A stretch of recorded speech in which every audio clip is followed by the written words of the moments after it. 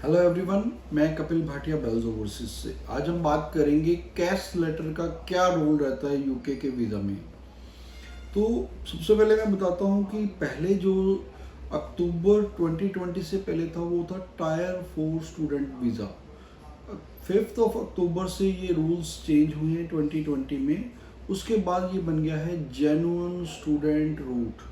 Genuine student route के बाद आपको यूके वीज़ा कैसे देता है, तो उसका जो सिस्टम है, क्राइटेरिया है, वो है आपको 70 पॉइंट्स अटेन करने पड़ते हैं।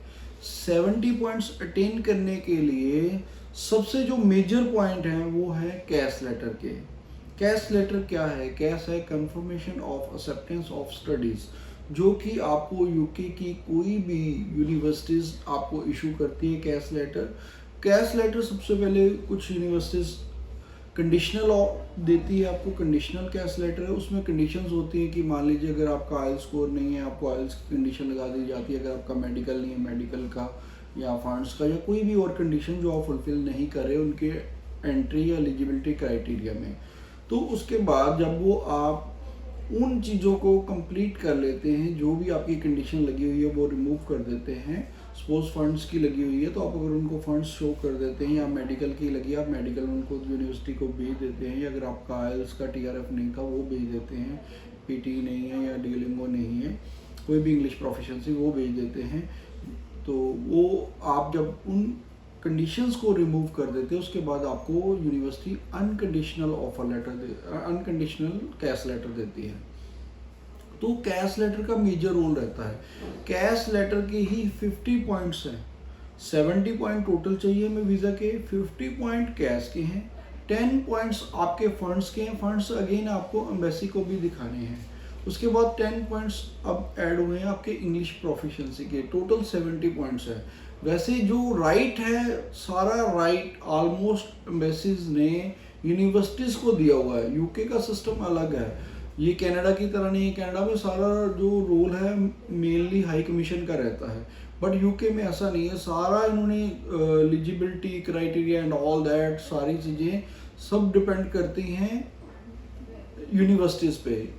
एम्बेसीज केवल अगर आपने कैश लेटर यूनिवर्सिटी ने इशू किया है उसको देखती है, फंड्स देखती है, या आपकी इंग्लिश प्रोफिशिएंसी। अगर उनको किसी चीज़ में डाउट है तो वो आपकी सिर्फ इंटरव्यू कंडक्ट करती है एम्बेसीज, और इंटरव्यू के बेस पे ही आपको रिजेक्ट किया जा सकता है। अदरवाइज अगर यूनिवर्सिटी ने कैश दी हुई है, एम्बेसी आपको बिना इंटरव्यू के रिफ्यूज भी नहीं कर सकती, अनलेस एंड अनटिल आपने कोई फ्रॉडुलेंट डॉक्यूमेंट नहीं लगाया, या आपके डॉक्यूमेंट में कोई कमी नहीं है, या फाइलिंग में कोई कमी है, तो या आपने कोई मिस रिप्रेजेंटेशन दी है।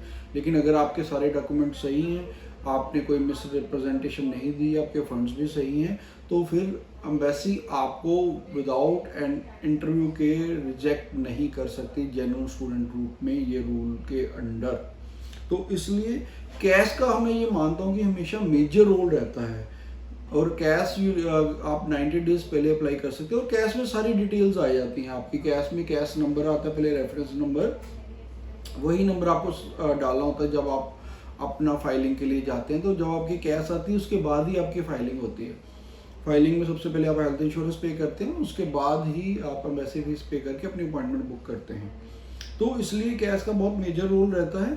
सेकेंडली, यूनिवर्सिटीज़ के अपने अपने क्राइटेरिया हैं कैश लेटर्स देने के, और कैश लेटर मोस्टली स्टूडेंट्स को 90 डेज पहले ज़रूर अप्लाई कर देना चाहिए। आपका इनटेक स्टार्ट करने से पहले 90 डेज पहले आप अप्लाई कर दें।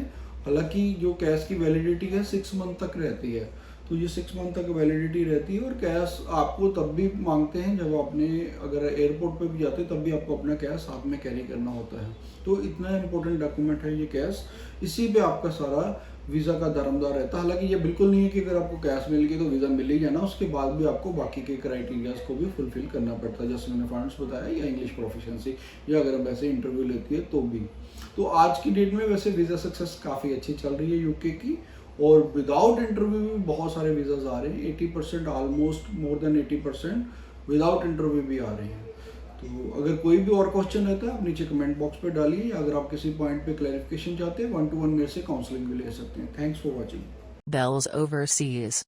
Visit us or call us for visa services. Follow us on our social handles for latest offers and updates.